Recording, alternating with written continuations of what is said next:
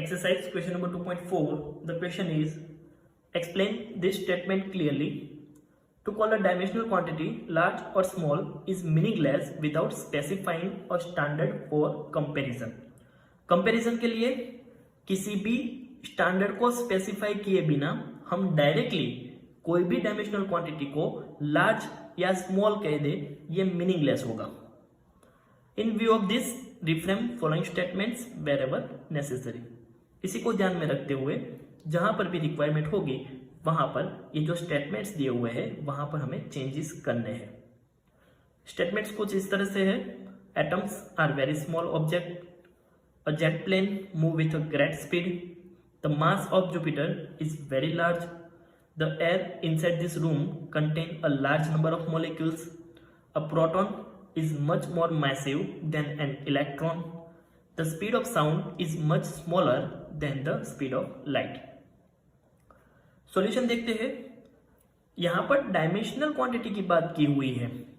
अगर कोई dimensional less physical quantity है और उसको हमें किसी के साथ कंपैरिजन करवाना है तो उसके लिए हमारे पास स्टैंडर्ड रेफरेंस होना जरूरी है.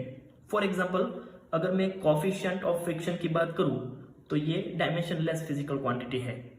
तो अगर मुझे इसको लार्ज या स्मॉल कहना है तो इसके लिए कोई स्टैंडर्ड रेफरेंस होना चाहिए. For example, the coefficient of sliding friction is greater than the coefficient of rolling friction but less than the static friction.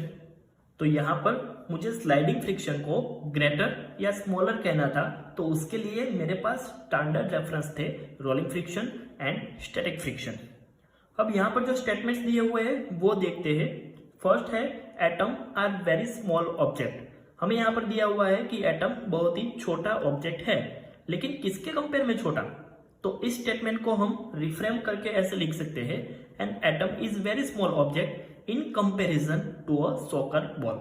Soccer ball के कंपैरिजन में वो बहुत ही छोटा है. अब ये स्टेटमेंट राइट होगा. सेकंड स्टेटमेंट है a jet plane moves with a great speed. लेकिन किससे ज्यादा स्पीड में. तो इसको हम ऐसे लिख सकते हैं, a jet plane move with a speed greater than that of a bicycle. Bicycle की स्पीड से कहीं ज्यादा स्पीड में जेट प्लेन मूव करता है. Third statement, the mass of the Jupiter is very large. Jupiter का मास बहुत ही large है, लेकिन किसके कंपेयर में. तो ये स्टेटमेंट कुछ इस तरह से हम लिख सकते हैं, mass of the Jupiter is very large as compare to the mass of a cricket ball. Cricket ball के कंपेयर में जुपिटर का मास बहुत ज्यादा है. Next statement, the air inside this room contain a large number of molecule. लेकिन किसके compare में. तो ये स्टेटमेंट हम ऐसे लिख सकते हैं, the air inside this room contain a large number of molecule as compare to that present in a geometry box. कोई जियोमेट्री बॉक्स में जितने नंबर ऑफ मॉलिक्यूल्स है उसके कंपेयर में यहां पर रूम में जो एयर है वहां पे नंबर ऑफ मॉलिक्यूल्स बहुत ही ज्यादा है. Next statement, a proton is much more massive than an electron.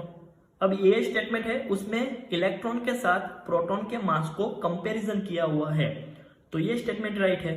तो वो स्टेटमेंट एज इट इज रहेगा, a proton is much more massive than an electron.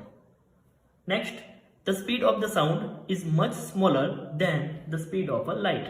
तो यहां पर भी साउंड की स्पीड को लाइट की स्पीड के साथ कंपेयर किया हुआ है. दैट मीन्स ये स्टेटमेंट राइट है. सो ये एज इट इज रहेगा, speed of the sound is less than the speed of a light.